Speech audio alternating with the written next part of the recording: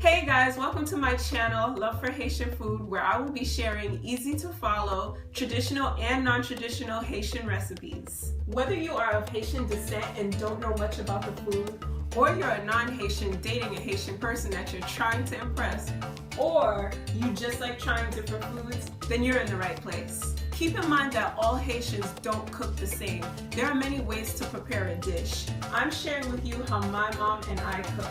I won't limit this channel to just Haitian cuisine.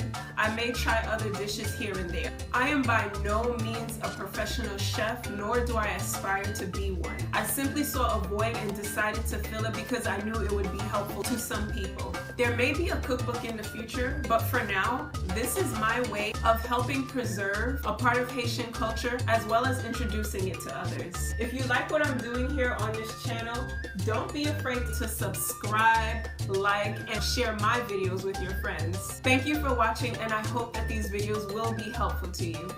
Bye.